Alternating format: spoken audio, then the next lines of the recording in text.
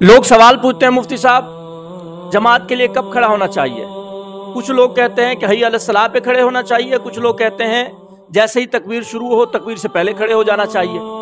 بتائیے، میں نے کہا اللہ کے بندو احادیث اٹھاؤ، احادیث میں اگر صحابہ تکبیر کے شروع ہونے سے پہلے کھڑے ہو جاتے تھے تو پہلے کھڑے ہو جایا کرو، اگر حی علی الصلاۃ پہ کھڑے ہوتے تھے تو حی علی الصلاۃ پہ کھڑے ہو جایا کرو۔ اس میں تو لڑنے والی بات ہی نہیں ہے۔ کہتے ہیں پھر صحابہ کب کھڑے ہوتے تھے؟ میں نے کہا حدیث میں ہے، مشکات شریف کی حدیث نمبر 1097، حضرت نعمان بن بشیر رضی اللہ عنہ سے روایت ہے، وہ فرماتے ہیں کان رسول اللہ صلی اللہ علیہ وسلم یسوی صفوفنا، آپ صلی اللہ علیہ وسلم ہماری صفوں کو سیدھا کرتے تھے۔ اب یہ صفیں سیدھی ظاہری بات ہے تکبیر شروع ہونے سے پہلے ہوں گی نا، صفیں سیدھی کرنے میں ٹائم بھی لگتا ہے، بات سمجھ رہے؟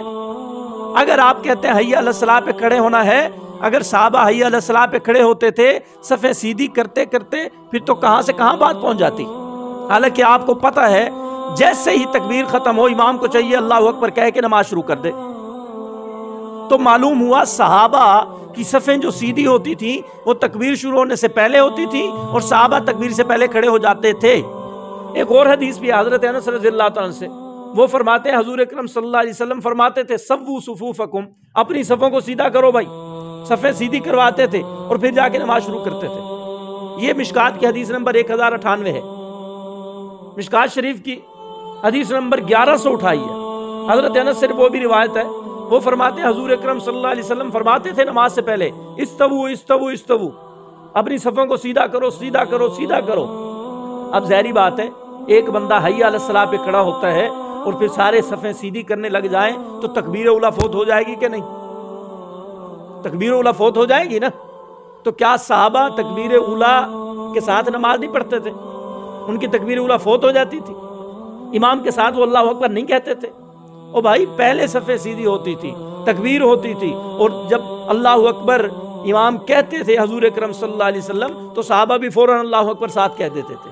تو حدیث سے تو ثابت ہو رہا ہے کہ صحابہ حی علی الصلاۃ پہ کھڑے نہیں ہوتے تھے۔ باقی ہمارا مد مقابل ایک دلیل پیش کرتا ہے، کہتا ہے جناب فقہ کی کتابوں کے اندر موجود ہے، شامی کے اندر ہے اور کنز الدقائق کے اندر ہے، جناب فقہا کی عبارت میں لکھا ہے کہ حی علی الصلاۃ پہ کھڑے ہونا مستحب ہے۔ چلو وہ اٹھا لو، شامی اٹھا لو، عالمگیری اٹھا لو، در مختار اٹھا لو، اور کتاب اٹھا لو، بڑی بڑی کتاب، اس میں کیا لکھا ہے؟ اس میں لکھا ہے کہ حی علی الصلاۃ حی علی الفلاح پہ کھڑے ہو۔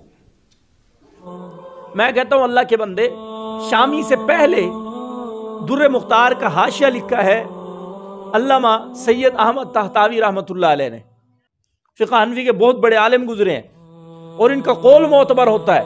جب ہم سے فتویٰ مانگا جاتا ہے ہم عبارت علامہ طحطاوی کی جب نقل کرتے ہیں مراق الفلاح والی، حاشیہ مراق الفلاح والی، اگلا بندہ چپ ہو جاتا ہے، ہاں یار علامہ طحطاوی نے بات کی ہے تو بات سچی ہے۔ اب یہ علامہ طحطاوی در مختار کے حاشیے میں لکھتے ہیں کہ میاں فقہا نے جو یہ لکھا ہے نا کہ حی علی الصلاۃ پہ کھڑے ہونا مستحب ہے، ان کی عبارت کا مطلب یہ ہے کہ آپ حی علی الصلاۃ تک کھڑے ہو جائیں۔ بات سمجھ رہے؟ مطلب ان کی عبارت کہ یہ ہے حی علی الصلاۃ تک کھڑے ہو جائیں گے تو آپ مستحب کو پا لیں گے، مستحب کا ثواب آپ کو ملے گا۔ یعنی علامہ طحطاوی کا مقصد یہ ہے کہ فقہا کا یہ ہرگز مطلب نہیں ہے کہ آپ نے حی علی الصلاۃ پہ ہی کھڑے ہونا ہے۔ فقہا کا مطلب یہ ہے کہ آپ اللہ اکبر پہ کھڑے ہو جائیں، اشہد ان لا الہ الا اللہ پہ کھڑے ہو جائیں۔ بہرحال حد مستحب کی حی علی الصلاۃ ہے، حی علی الصلاۃ کے بعد اگر آپ کھڑے ہوئے مستحب پر عمل کرنے والے لوگوں میں آپ کا شمار نہیں ہوگا۔ بات سمجھ رہے؟ اللہ کے بندوں کچھ سمجھو بات کو، زمانہ آج کا سستی کا زمانہ ہے بھائی۔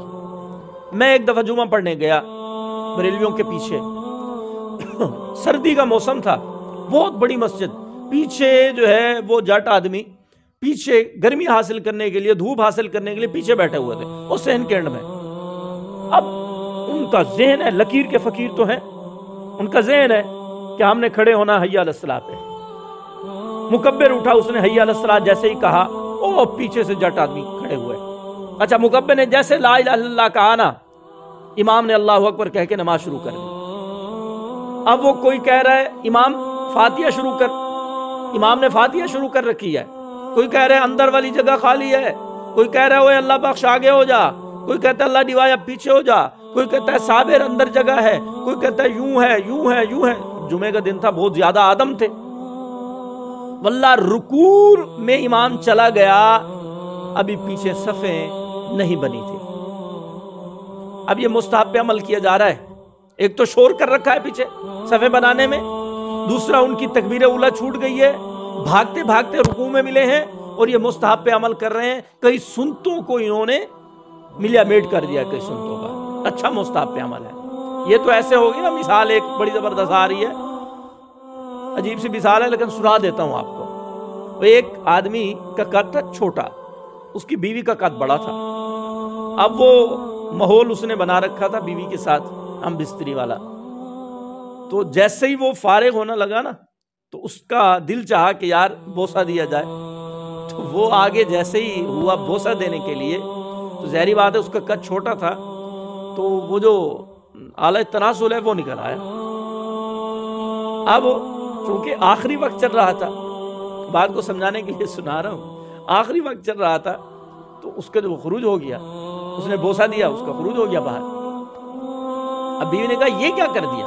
کہہ رہے سنت ادا کر رہا تھا، بوسہ دے کر سنت ادا کر رہا تھا۔ اس نے منہ پہ تھپڑ مارا، اس نے کہا فرض تو نے نیچے گرا دیا سنت ادا کرتے کرتے، یعنی یہ ضروری تھا۔ خیر ہم نے مستحب پہ عمل کیا، حالانکہ وہ مستحب نہیں، آپ غلط سمجھ بیٹھے ہیں، لیکن فرض کرو، صحیح بات وہی ہے جو آپ کہہ رہے ہیں، فرض کر لو۔ پھر بھی آپ نے مستحب پہ عمل کرتے کرتے کتنے فرائض چھوڑے ہیں اور کتنے سنتوں پہ پانی پھیرا ہے، یہ بھی تو آپ دیکھیں۔ اس وجہ سے میرے بھائیوں، حدیث سے ثابت ہے تکبیر کے شروع ہونے سے پہلے یا تکبیر کے شروع ہونے کے وقت کھڑے ہو جایا کرو۔